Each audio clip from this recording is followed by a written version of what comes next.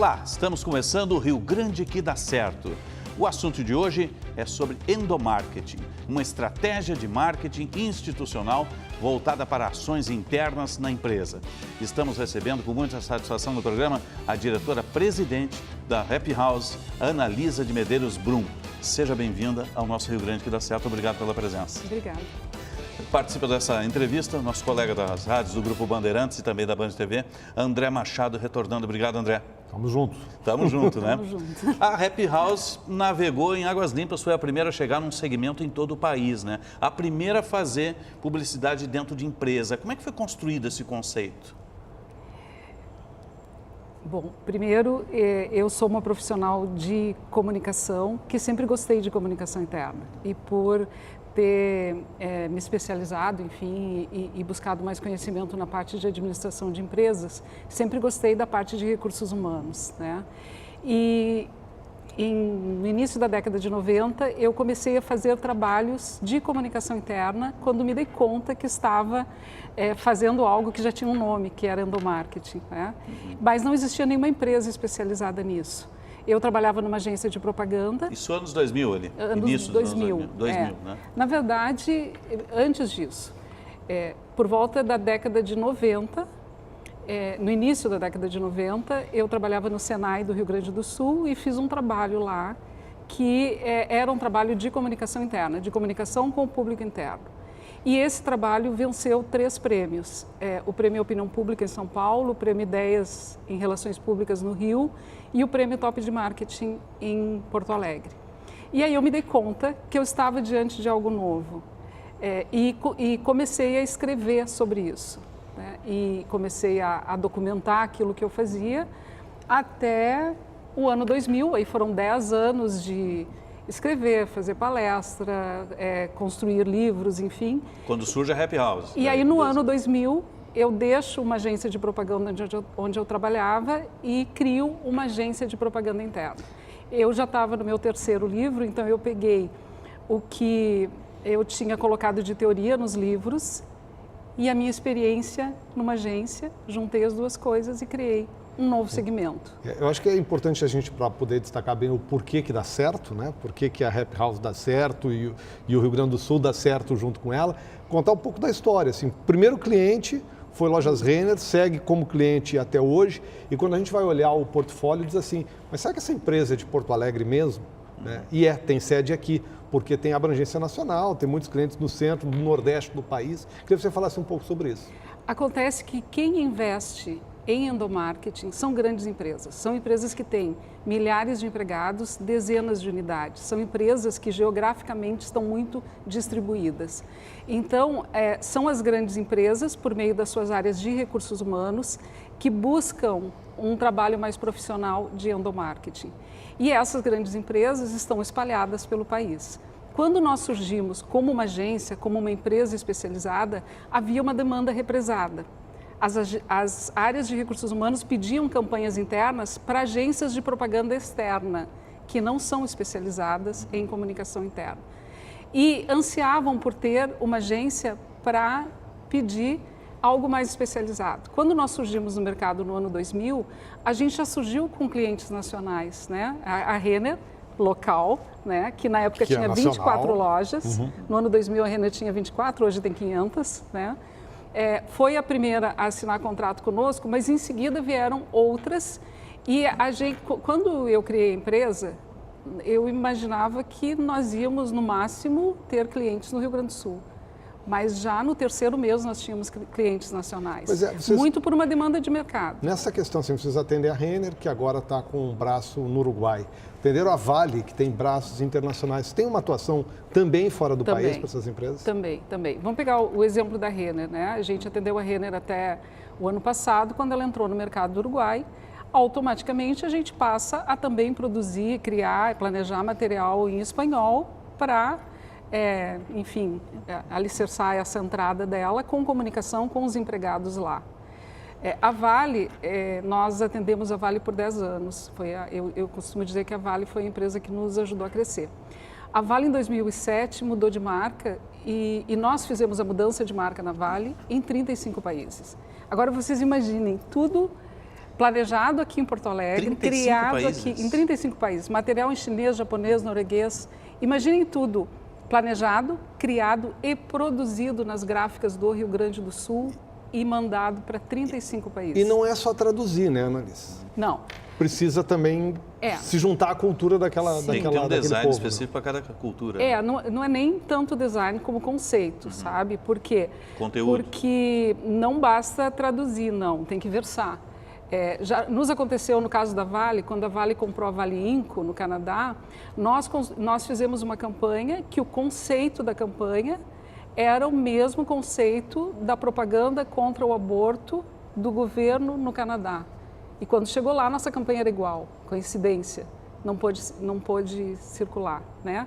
Então, a gente precisa entender da cultura e na época, quando a gente fez essa mudança de marca, nós tínhamos alguns estudantes gaúchos que a gente conhecia, que estavam morando naqueles países e que a gente mantinha contato para que eles olhassem a campanha e nos dissessem se aquilo fazia sentido ou não. Isso é bom, por isso sempre tem gaúcho pelo mundo.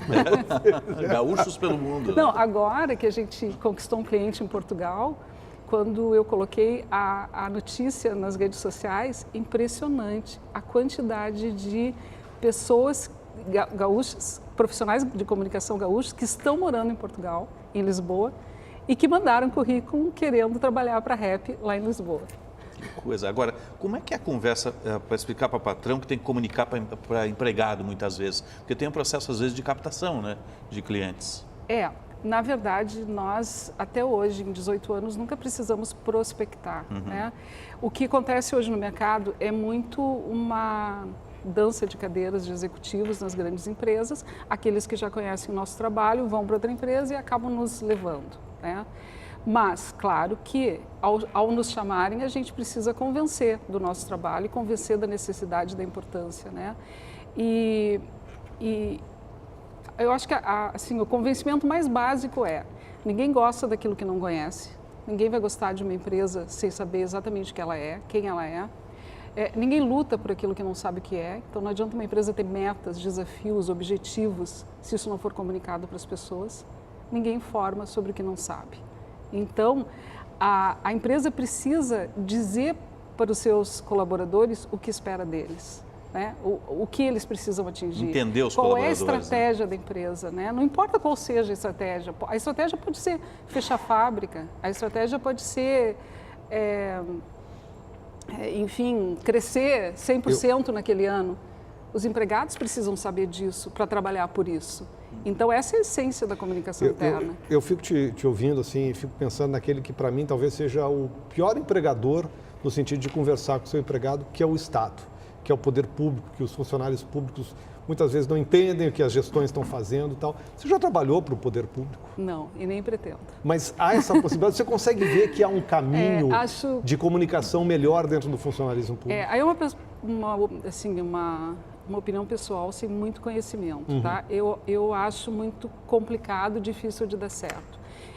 Por que endomarketing produz muito resultado na iniciativa privada? Porque a empresa tem um dono, porque a empresa tem objetivos, porque as coisas não duram apenas uma gestão e porque é o marketing de uma empresa para dentro e não o marketing de um político ou de uma gestão de um determinado que não político. pode ser, tem que ser o marketing do Estado para dentro. Exatamente. Né? E não do Mas político. Mais pragmático e decisório É também, muito né? difícil. Quando a gente criou a agência lá em 2000, um dos nossos princípios foi não trabalhamos para governo.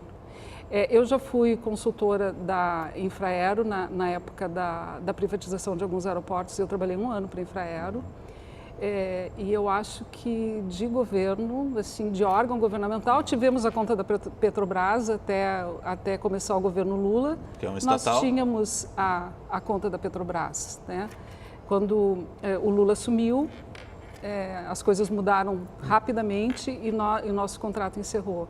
E aí não renovamos. Mas isso foi o máximo de governo, mais próximo de governo Mas que a são gente empresas chegou. estatais, na verdade, né? Não é um poder. Mas são grandes, né? Já fomos procurados por ministérios, por secretarias, mas a nossa resposta é sempre Não. Estamos ocupados demais com a iniciativa privada. Agora, com quantos sócios foi criada a Happy House e quais os desafios que foram enfrentados ao longo dessas quase 2 décadas aí? Bom, vamos primeiro pela sociedade. Eu criei a Rap junto com o Alexandre Skowronski, que é um publicitário que vocês devem conhecer. Ele tem a Global, né? Inclusive a ideia foi dele, não foi minha. Ele um dia me convidou para almoçar e me disse que tinha a ideia de colocar uma agência... Não, ele tinha a ideia de colocar uma empresa de endomarketing. Como eu já tinha 2 livros publicados, estava no meu 3º livro já, estava lançando o meu 3º livro, ele disse que gostaria de fazer isso comigo, né? E eu trabalhava na Scala, numa agência de propaganda também. E, enfim, acabamos acertando, criamos a agência, nós 2 juntos, e fomos sócios por 10 anos. Quando a agência fez 10 anos, o Alexandre estava super ocupado com a Global cresceu muito, e ele não conseguia dar conta mais de cuidar de 2, e ele me vendeu a parte dele, e eu transformei os 3 primeiros funcionários da agência em sócios, né? Que eram pessoas que estavam trabalhando lá na Arrancapes. Desde o primeiro dia. Então, hoje, na Rap, sou eu e mais 3 sócios, né? Eu tenho a maior parte e tenho 3 sócios que tocam a agência comigo desde o primeiro dia. E o Alexandre foi um sócio maravilhoso por 10 anos. Então, eu sempre digo que a ideia de ter uma empresa de endomarketing foi do Alexandre.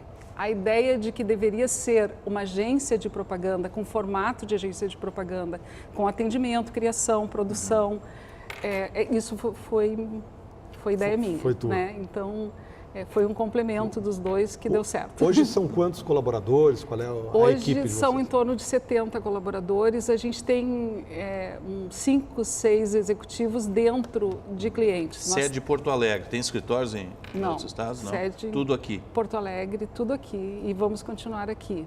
Né? Como eu disse, no início a gente não achava que nós íamos ter uma abrangência nacional, muito menos internacional, né? Foi uma surpresa, foi muito uma demanda de mercado e uma disciplina nossa de acompanhar esse mercado e conseguir mudar junto com o mundo corporativo, que mudou muito nos últimos tempos, né? Mas a gente nós ocupamos um espaço que existia e procuramos ocupar bem esse espaço e não demos muito tempo para a concorrência, assim. A gente correu para se distanciar, né? No início não tinha concorrência, né? Porque foi a primeira, né? No início não tinha, mas logo em seguida surgiu. Porque, que dá certo o pessoal clona, né? Logo em seguida surgiu. E com relação os desafios das 2 décadas. Eu acho que o principal desafio foi clientes em todo lugar, e muito menos no Rio Grande do Sul. A gente nunca teve mais de 3 ou 4 clientes no Rio Grande do Sul. Essa distância e ano 2000, uma época que ainda não estava provado que era possível se fazer tudo via internet, né? Enfim, não é que a gente faça tudo via internet. Sim, a gente tem que viajar também, tem que ir lá. Eu viajo há 18 anos, conhece uma média... as empresas, vai nos locais? Sim, de 2 estados por semana eu viajo. Eu faço uma média de 90 a 100 voos por ano. E várias pessoas da equipe viajam, porque tem que ir ao cliente. Mas a operação, ela acontece online o tempo todo, né? E eu acho que o maior desafio foi mostrar que uma agência de Porto Alegre podia atender grandes empresas brasileiras. No ano de 2002, a gente já tinha conquistado a maior empresa privada, Vale, a maior pública, Petrobras. E foram essas 2, em 2002, que nos deram um aval. Toda vez que a gente dizia que atendia Vale em 14 estados brasileiros, ninguém duvidava de que era possível, ser atendido por uma agência de Porto Alegre.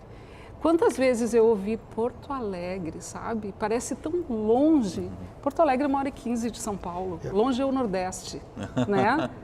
Mas você falou mas que... isso foi uma dificuldade. Você falou que André faz a pergunta, ela responde depois do break. Você falou que é de Porto Alegre e continuará em Porto Alegre. Eu quero saber o porquê disso depois. Rio Grande que dá certo, falando de comunicação empresarial, de endomarketing, com a diretora da Happy House. Vamos fazer um breve intervalo, em seguida retornamos. Fique conosco.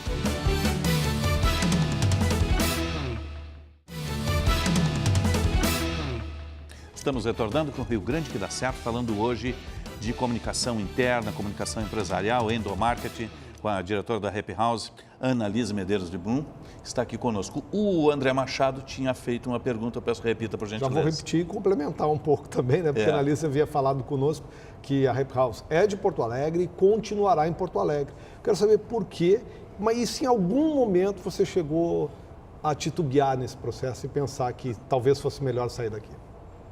Ok. Primeiro, André, eu não sou de Porto Alegre, sou de Quaraí. Eu vim de Quaraí com 13 anos. Quase em Artigas. Na fronteira, quase do lado de lá. Meu pai era do Banrisul, foi transferido para cá, para a matriz do banco, então eu cheguei aqui com 13 anos, né?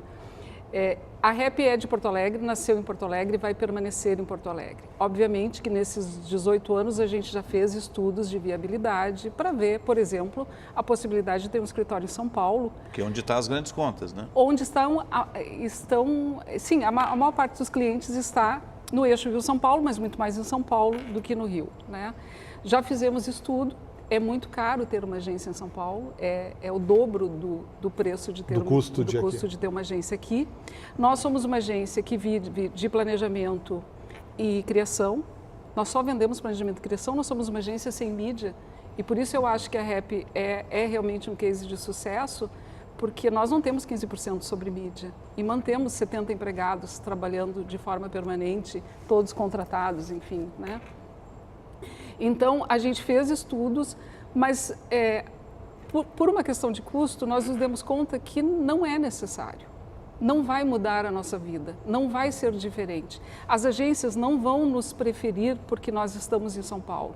Nós não perdemos uma concorrência e a gente participa de grandes concorrências para conquistar grandes contas. Nós não perdemos uma concorrência porque a nossa sede é em São Paulo. Porque a nossa sede não é em São Paulo. Nós podemos perder uma concorrência porque tem uma outra agência que apresentou um trabalho melhor do que o nosso, um raciocínio melhor do que o nosso. Mas não existe mais esse preconceito. E a forma com que a gente atende é como se nós estivéssemos em São Paulo. Se agora eu sair dessa entrevista e um cliente pedir que eu esteja lá amanhã de manhã, eu estarei lá. Amanhã de manhã é rápido. Hoje é muito fácil fazer isso, né? De uma semana para cá, de quarta-feira da semana passada para cá, eu estive em 6 clientes nossos, todos fora, em 6. Né? Eu estou presente, a agência está presente. E o nosso sistema de atendimento é uma profissional de atendimento com o seu núcleo, que atende aquele determinado cliente. Por exemplo, núcleo Avon. É individualizado. Núcleo que atende Avon, núcleo que atende Gol. É um atendimento, um assistente de atendimento, diretor de arte, redator, enfim, produtor. Aquele núcleo, aqueles profissionais estão 8 horas por dia à disposição daquele cliente. Viaja Gol já fica observando os funcionários da Gol no voo, ainda ajudando no trabalho. Ou é um cliente importante. Muda muito o atendimento de uma empresa para outra? Na comunicação interna? Ou tem um formato mais ou menos pronto? Muda muito. Não, assim, o que serve para uma empresa não serve para outra. Porque cada uma tem sua personalidade, cada uma está num momento de vida, né? Tem uma cultura, cada uma uma missão, tem né? um tipo de... Sim, a cultura é totalmente diferente de uma para outra, né? Mas principalmente objetivos, desafios daquele ano. Nós trabalhamos muito com foco na estratégia da empresa, independente de qual seja. Às vezes, a estratégia da empresa, como aconteceu aí com empresas que tiveram problemas nos últimos tempos, é trabalhar só a reputação. Às vezes, a estratégia é fazer é revisitar a sua cultura. Às vezes, a estratégia é crescer não sei quantas lojas. E a gente trabalha para a estratégia da empresa, fazendo com que os empregados entendam tudo aquilo, né? Então, assim, a gente não cria a informação, a empresa tem informação. A gente formata essa informação e cria os canais para que chegue até os empregados. É um trabalho muito bonito. É uma espécie de interface, né? Entre o dono que quer comunicar e os empregados, os colaboradores. Exatamente. E me parece que a missão final do trabalho está no próprio nome da agência, né? Sim. Você pega e busca que tenha um ambiente feliz, enfim, para cada uma dessas empresas. Esse é o objetivo final da comunicação. Esse é o objetivo, é alinhar o pensamento e a atitude das pessoas à estratégia da empresa. É fazer com que as pessoas se comportem de acordo com a estratégia da empresa. Esse é o objetivo. O resultado lá no final é um ambiente melhor, né? É um sentimento melhor por parte da empresa e dos empregados. Mas vamos, assim, se nós aqui da Bandeirantes ou uma outra empresa procura agora a Happy House, qual é o primeiro trabalho que vocês fazem? Vocês vão entrar aqui, ver qual é o índice de satisfação que tem de informação que nós temos com a empresa, como é que se dá? A primeira coisa que a gente faz é um diagnóstico. Nós vamos fazer grupos focais, ouvir empregados e descobrir qual é a forma que aquela empresa se comunica com eles, na percepção deles. A partir desse diagnóstico... Porque às vezes a empresa tem uma forma que acha que está comunicando e não está. Exatamente. Ou às vezes a empresa tem 10 canais de comunicação com o público interno e esse público interno só percebe 2. Os outros ele sequer enxerga, né? Então o nosso primeiro trabalho é fazer um diagnóstico, ouvir as pessoas e a partir da opinião delas, mas não só da opinião delas, a partir do pensamento do presidente, do desejo daquela empresa, né, da estratégia daquela empresa, linkando essas duas coisas, a gente cria um planejamento que planeja quais são os canais que vão ser utilizados, quais são as campanhas de endomarketing que são importantes naquele ano e como que o líder vai se comportar como um canal de comunicação entre a empresa e os empregados. Ele é o inspirador, né? Então, depois de um diagnóstico, tem 3 frentes: canais, campanhas, líder. Isso compõe um planejamento. Até aí, até esse momento, é a área de planejamento da agência que está trabalhando, né? A partir do momento que o planejamento é implantado, aí é a agência de propaganda que começa a trabalhar, porque aí é a hora de criar e produzir e entregar. Então, as empresas nos procuram pelo planejamento, mas permanecem 18 anos conosco como a Renner pela parte de criação e produção, enfim, todo o resto. Quando a Happy House começou lá no início, fazia jornais e a comunicação era via e-mail. Isso evoluiu ao longo do processo todo? Muito, né? muito. Hoje os canais são diversos. Né? Quando eu digo que eu acho que foi importante a gente se adaptar, né? A gente acompanhar o mundo corporativo nesses 18 anos, a mudança foi total e absoluta. E a partir daí, nós tivemos a preocupação em ir criando outros serviços, ir criando outros produtos dentro da agência, né? Então, as empresas passaram a demandar muita ambientação, sinalização, aí nós criamos uma parte de design.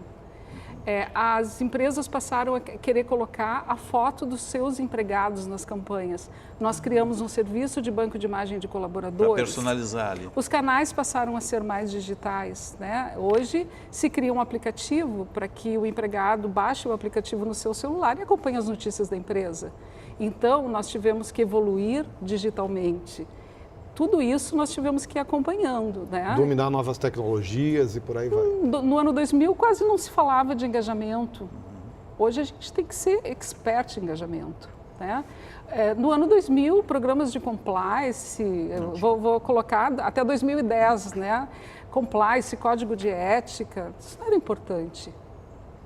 Até o ano de 2010, a gente nunca tinha feito uma campanha sobre diversidade. Hoje é o que mais se faz. Então, tem temas, não estou falando só de tecnologia, né? Sim. Eu acho que a gente não pode evoluir só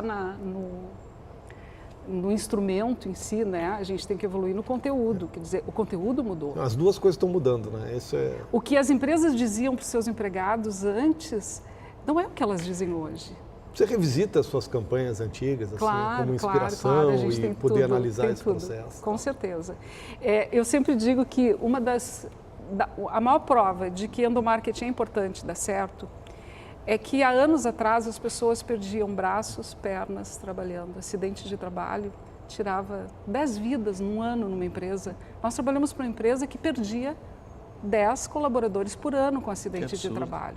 Mas isso era muito natural, normal antes. E se vocês me perguntarem, nesses 18 anos, qual foi a campanha que a gente mais fez para todos os clientes? Segurança.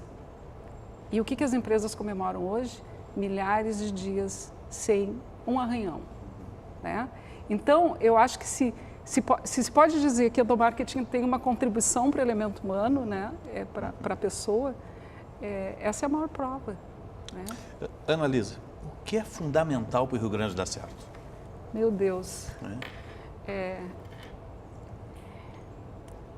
Eu não sei o que é fundamental, tá? Eu sei o quanto é desmotivador conviver com o nosso mercado, é desmotivador conviver com a mentalidade do nosso estado, né? Nós temos clientes, por exemplo, em Minas Gerais, Eu já andei o estado de Minas inteirinho, porque atendendo a ArcelorMittal, Votorantim, Gerdau, Vale, e andei por todos os municípios já de Minas Gerais.